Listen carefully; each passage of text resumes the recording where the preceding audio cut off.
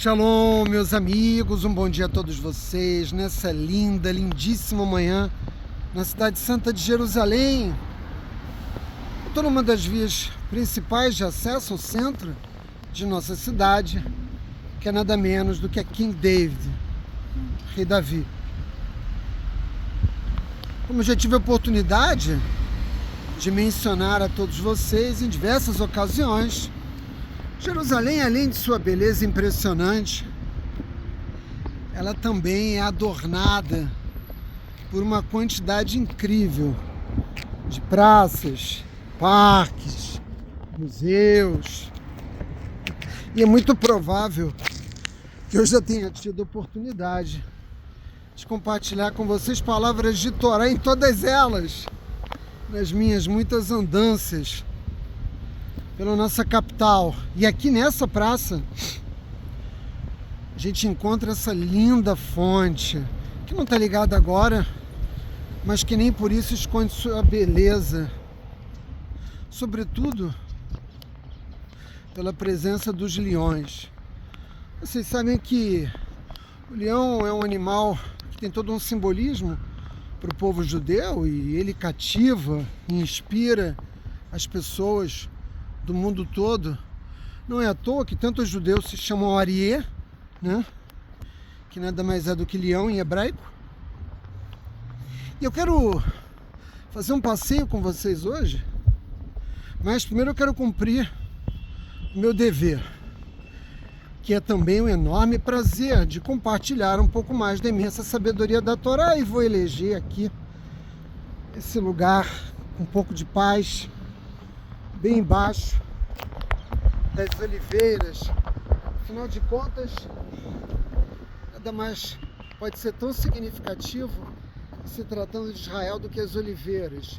E o povo judeu no mundo todo vai fazer a leitura da nova porção semanal da Torá, que nesse Shabat corresponde a Parashá Hareimot. Normalmente ela é lida com Kedoshim, mas em razão da estrutura do calendário judaico esse ano, nós vamos ter a oportunidade de analisar separadamente cada porção semanal da Torá.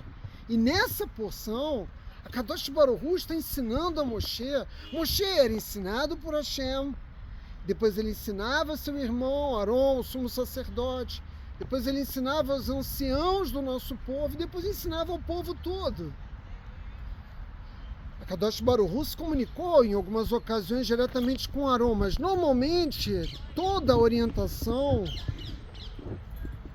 era transmitida por meio de Moshe Rabbeinu. E Moshe Rabbeinu está sendo ensinado acerca das leis de Yom Kippur. Na Parashá Hareimot existe uma descrição das leis de Yom Kippur, mas há algo curioso. O que há de curioso, Átila? O fato de que a Kadosh Baruch Hu, se dirigir a Moshe, menciona a morte de dois dos filhos de Aron. Para aqueles que não sabem, esses dois filhos entraram no Mishkan com uma oferta de incenso, um Ktoret, que não havia sido ordenada por Akadosh Baruch Hu, e um fogo desceu dos céus e os consumiu. Qualquer pessoa, qualquer pai, nessas circunstâncias, perderia completamente o seu foco. Mas Aron compreendeu o significado de todos esses desafios, né? E não se inabilitou para o exercício de uma função tão significativa como que é a do sumo sacerdote, que carrega uma das coroas do povo judeu, que é a coroa propriamente do sacerdócio, né? De modo que os sábios do nosso povo perguntam: por que, ao nos ensinar acerca das leis de Yom Kippur, a Kadosh Baruch Hu menciona a morte de dois dos filhos de Aron? Isso não parece ser algo bom. Mas a verdade é que Yom Kippur é a data mais importante do calendário judaico. Na verdade, é a data mais importante de toda a humanidade. Por que, Átila? Porque nessa ocasião nós somos julgados. Nós somos julgados pelos tribunais celestiais. E recebemos como presente divino a nossa inscrição no livro da vida ou não. Portanto, todos nós temos que, em Yom Kippur, nos dedicarmos, assumirmos os compromissos necessários a corrigir as transgressões que cometemos no ano anterior e demonstrar uma disposição verdadeira de viver uma vida reta. E o sumo sacerdote, ele tinha a obrigação de expiar pelos seus pecados, de expiar pelos pecados da sua família e expiar pelos pecados de todo o povo judeu, senão de toda a humanidade. E ele só poderia fazer isso entrando no Santo dos Santos, no Kodesh HaKodashim. Todos os korbanot, os sacrifícios que envolvem esse momento conduzem ao Kodesh HaKodashim, que é onde fica guardada, né, as tábuas da Torá, dentro da Arca da Aliança, como conesta o corvo aqui ao meu lado. Vocês já viram que praticamente em toda Israel, pássaro que é o símbolo da resiliência, da inteligência e da dedicação do nosso povo é o corvo. E os sábios da Torá, os comentaristas perguntam por que Kadosh Baruch Hu menciona a morte dos filhos de Arão nesse momento em que ele está ensinando ao sumo sacerdote, por meio de Moshe Rabbeinu, as leis de Yom Kippur. E Rashi, que é o maior de todos os comentaristas, nos explica. O objetivo aqui é transmitir um forte aviso, um aviso para dissuadir qualquer pessoa de entrar no domínio do sagrado de forma proibida. São palavras fáceis de serem pronunciadas, como eu acabei de dizê-las, mas que têm um significado muito profundo. A maioria das pessoas não entendem, e era preciso que o sumo sacerdote entendesse que mesmo que ele buscasse aquilo que é de mais sublime na nossa relação com o Criador, ele não devia correr o risco de pisar onde até mesmo os anjos temem pisar. No Kodesh HaKodashim, por que, Átila? Porque Hashem se comunica com ele, o sumo sacerdote está ali.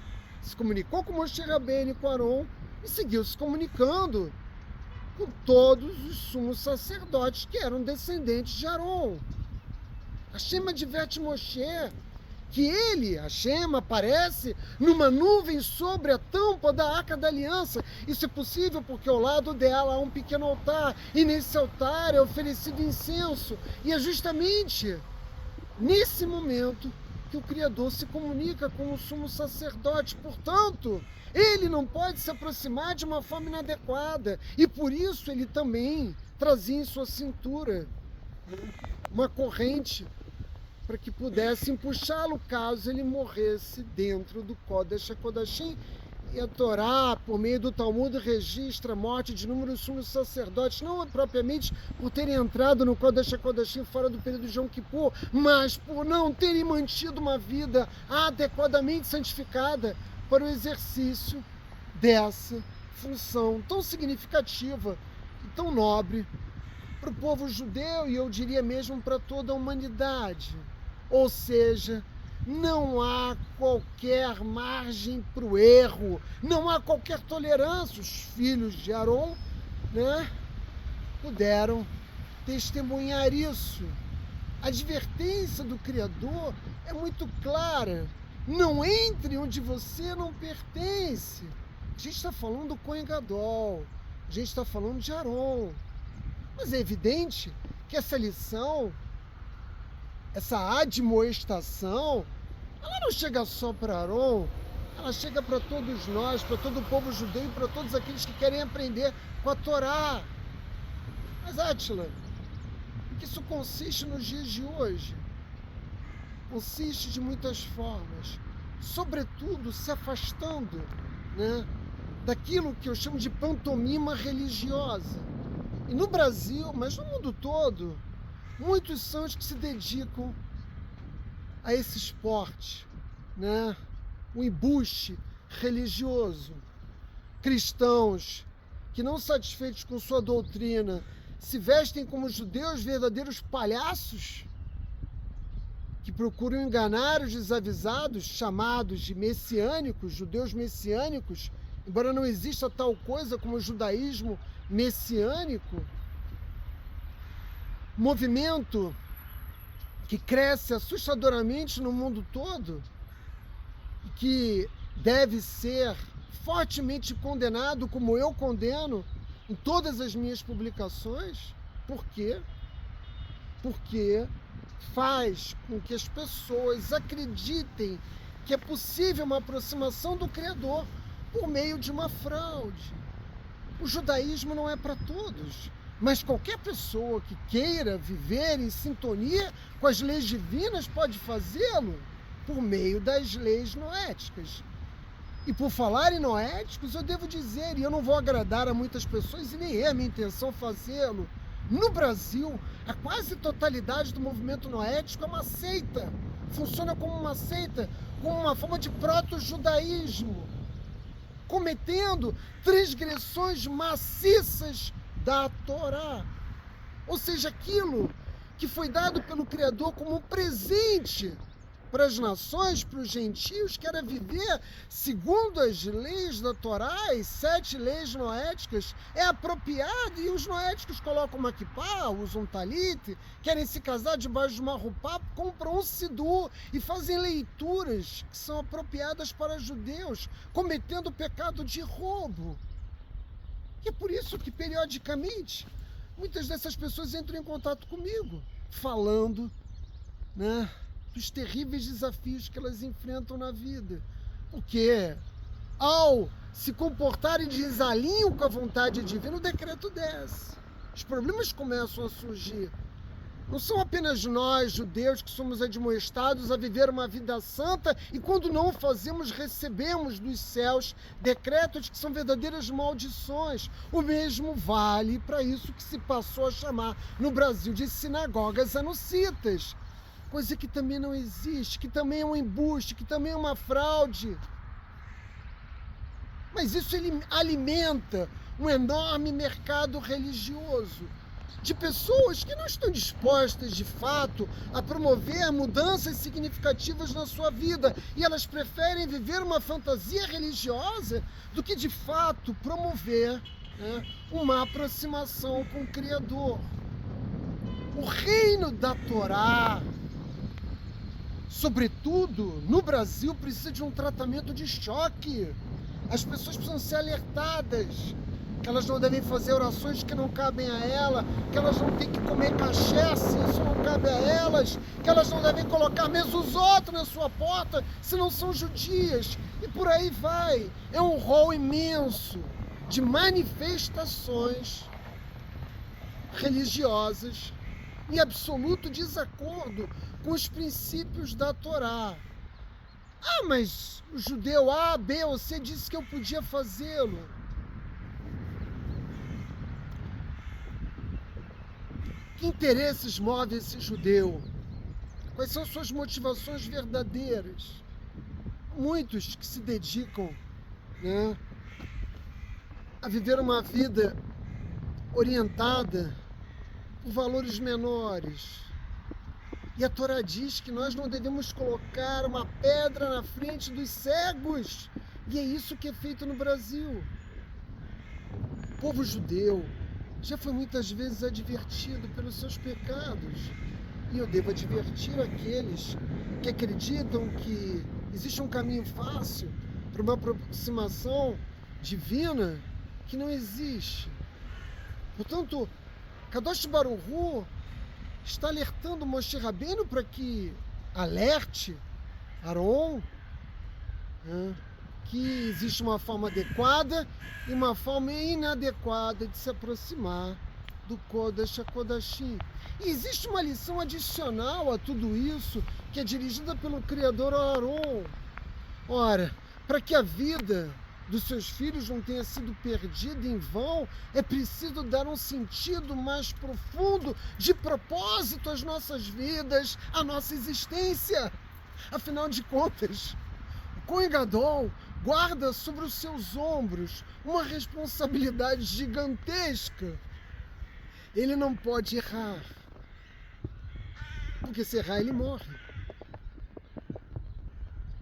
Quando eu iniciei meu processo de techuvá e larguei a vida de um judeu secular para começar a observar as leis da Torá e, portanto, fiz a escolha por uma vida associada à ortodoxia judaica. Logo percebi que, em se tratando de serviço divino, não existe meias medidas. É óbvio que ninguém pode dar saltos gigantescos da noite para o dia. É um processo que eu mesmo estou muito longe de concluir. Mas o nome de Deus não pode, mas deve ser santificado, senão através de escolhas muito claras, muito definitivas na vida de cada um de nós. Isso envolve o que, Átila? Emuná. E para ter emuná, precisa ter coragem. Coragem de viver uma vida de decência, diária. E essa é a única, e eu chamo atenção para isso, a única abordagem genuína para viver uma vida santa. E Hashem diz ao nosso povo: eu que sou seu Deus, sou santo, e é preciso que vocês também vivam uma vida santa. Essa é a única abordagem genuína para viver uma vida santificada e para deixar essa vida também de uma forma santificada. Eu quero morrer, ouvir o som das trombetas,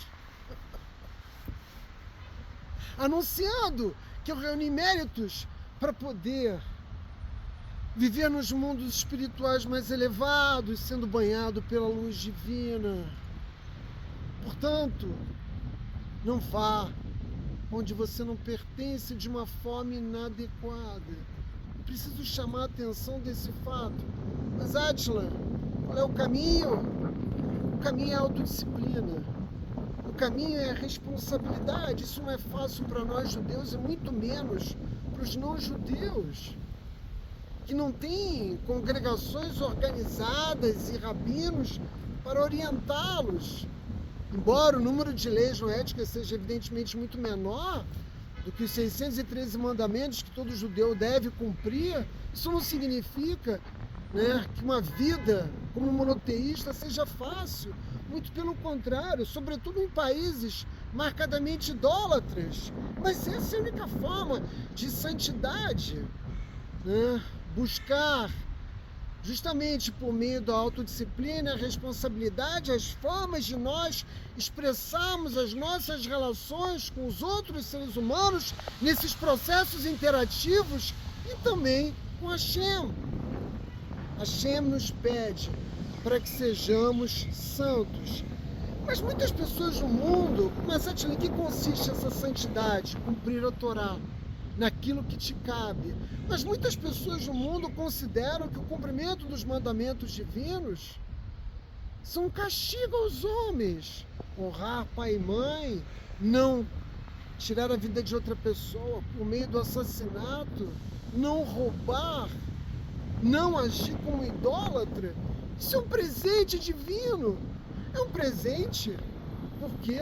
Porque nos oportuniza a chance de, vivendo dessa forma, ouvir, depois da nossa passagem para os mundos espirituais, o som das trombetas. Saibam, meus amigos, há pessoas, eu conheço algumas aqui em Israel, e consigo identificar isso. Há pessoas que são iluminadas, Elas não precisam ser grandes sábios, não precisam ter enorme maturidade, experiência espiritual, mas você vê iluminação em suas faces. Muitas vezes pessoas muito simples, muito modestas. Como foi possível isso? Quando você se santifica por meio dos mandamentos, você atrai dos céus uma luz abrangente. Quando uma pessoa cumpre o mandamento da Torá que lhe cabe cumprir, uma impressão é feita na raiz, ou seja, na fonte celestial desse mandamento. Nós aqui de baixo agimos dessa forma e fixamos uma impressão nos mundos espirituais. E o que o Zohar nos ensina? Que quando nós fazemos isso, ou quando nós nos santificamos, aqui embaixo, o que acontece? Nós também somos santificados lá em cima. E essa santidade que é atraída pelos nossos atos de baixo nos retorna por meio de uma luz própria da raiz suprema do mandamento que você cumpriu. Honrar pai e mãe. Parece tão simples, mas cada vez mais difícil nesse mundo em que nós vivemos. Andar de uma forma reta. Muitos noéticos pensam que podem cumprir os 613 mandamentos, porque 7 são muito poucos, e eles são muito fáceis. Eu nunca conheci, para dizer a verdade, um noético que realmente conseguisse cumprir as 7 leis noéticas. E é por isso que o mundo em que vivemos vive essa desordem. Para que a santidade de Hashem se instale sobre você, fazendo com que sua face reflita essa luz que vem dos céus, é preciso que as suas ações, as nossas ações aqui no mundo físico, despertem um espírito celestial, um Rua. E quando nós somos capazes de despertar esse espírito, ele desce sobre nós e ele emana essa luz, ele repousa sobre nós e esse espírito derrama sobre nós as bênçãos do Criador. Entendeu agora? E quando você não faz isso, mas ao contrário, insiste por um caminho que é um caminho inadequado para a tua conexão com o Criador, acontece justamente o contrário. Em vez de você fortalecer essa ligação com os mundos espirituais por meio das tuas ações, o que você faz é se afastar. Todas essas ações te afastam. Não há nada mais grave do que uma pessoa se apresentar no mundo como judia sem selo. É uma falsidade ideológica, é uma falsidade religiosa, é um verdadeiro estelionato religioso. Mas as pessoas muitas vezes o fazem não porque pretendam transgredir, mas por desorientação, né? Por falta de entendimento. Mas se você teve o mérito de estar ouvindo as minhas palavras agora, saiba que de alguma maneira essa mensagem chegou até você.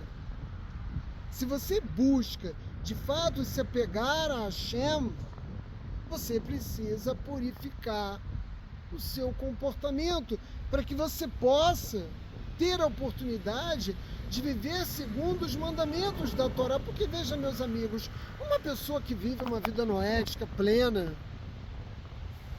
normalmente ela busca, se ela alcança de fato esse objetivo, ela busca um nível de comprometimento maior com a Kadosh Baruch Hu, e isso se manifesta através da conversão. E ela recebe a ajuda dos céus. Essa luz abrangente a que eu me referia antes é isso, é a ajuda dos céus. Mas Átila, eu não tenho condições de ir para Israel me converter, porque não existem conversões autorizadas no Brasil, alarricamente autorizadas no Brasil. Eu não tenho condições de ir a Israel, eu não tenho condições de ir aos Estados Unidos, eu não tenho condições de ir à França, eu não tenho condições de ir à Austrália, eu não tenho condições de ir ao Canadá, que são países que possuem Beit Din, que poderiam converter alarricamente um gentio ou um judeu. Você não tem?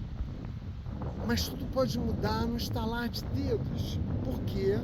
Porque quando você vive uma vida santificada, os meios necessários para que o teu relacionamento com o Criador se estabeleça vão chegar na sua vida. Mas eu não estou dizendo aqui que o judaísmo recusa peremptoriamente o proselitismo, que nós só podemos nos relacionar com Deus através da condição de judeus. Isso seria uma barbaridade se eu dissesse, de modo algum, a humanidade é formada por bilhões de seres humanos.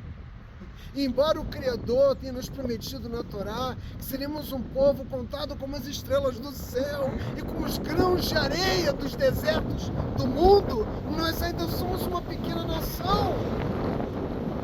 E até que a era messiânica tenha o seu desenrolar pleno no mundo, nós continuaremos a ser uma pequena nação. Meus amigos, existem hoje menos judeus do que haviam em 1939.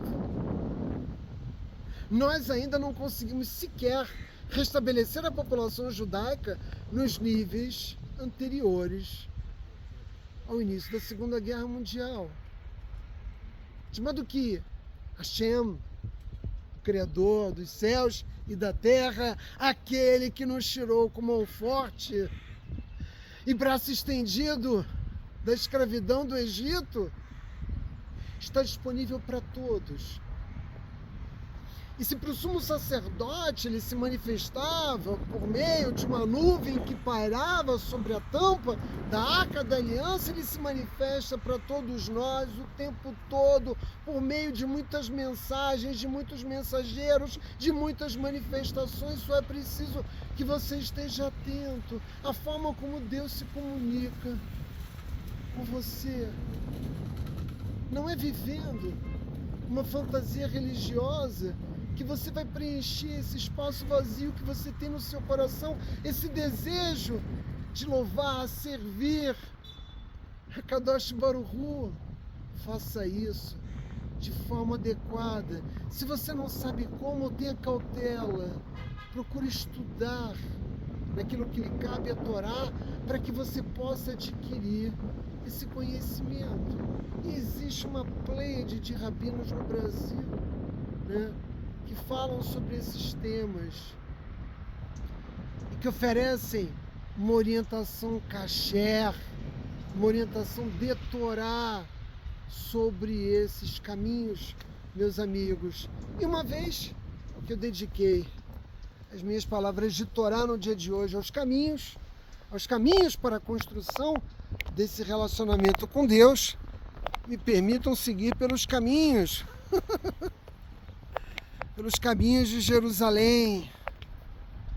Voltemos aqui aos leões. Eu vou levar vocês uma imagem linda de nossa cidade. E vamos passar também pela entrada do museu Menachem Begin. Para aqueles que não sabem, Menachem Begin foi, nos anos 70, primeiro-ministro do Estado de Israel. Ele foi um dos fundadores do Estado de Israel, teve uma participação decisiva na Guerra de Independência em 48. Em 1978, ele imortalizou, por assim dizer, se imortalizou no panteão, né, das mais importantes lideranças do povo judeu, por ter assinado os acordos de Camp David. Os acordos de Camp David foram celebrados no ano de 1978 e foram os que deram fim a uma guerra de 30 anos entre o Egito e Israel.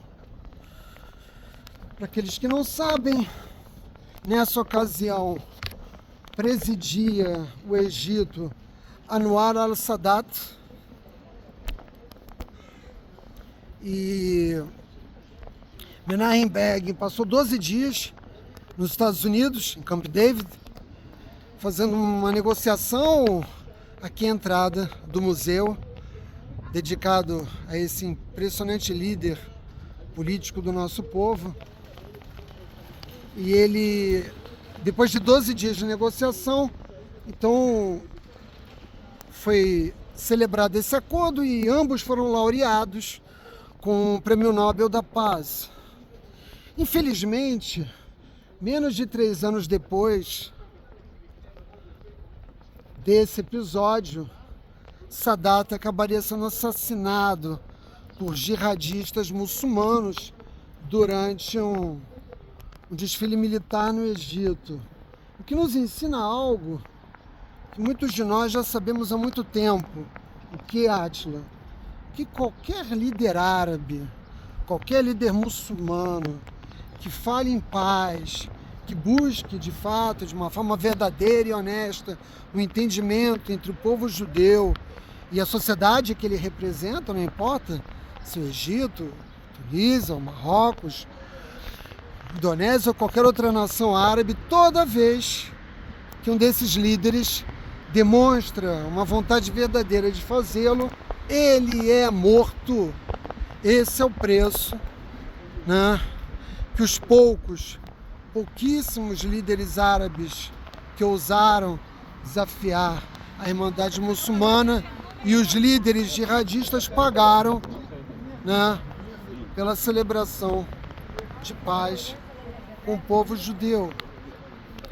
O que nos ajuda a entender muito acerca das dificuldades de uma paz verdadeira com Israel. Bom, passei por esse bando de turistas que vem visitar nossa capital. Venha você também. Deixa eu ampliar aqui a imagem para oferecer a vocês uma visão panorâmica. Aqui a gente está do outro lado da Cidade Velha, né? Eu gravei os últimos 2 vídeos lá no Monte Copos, depois do Monte das Oliveiras. E aqui a gente está justamente do outro lado, né? A cidade de Jerusalém realmente guarda uma beleza estonteante. Não importa, né, de onde as imagens venham,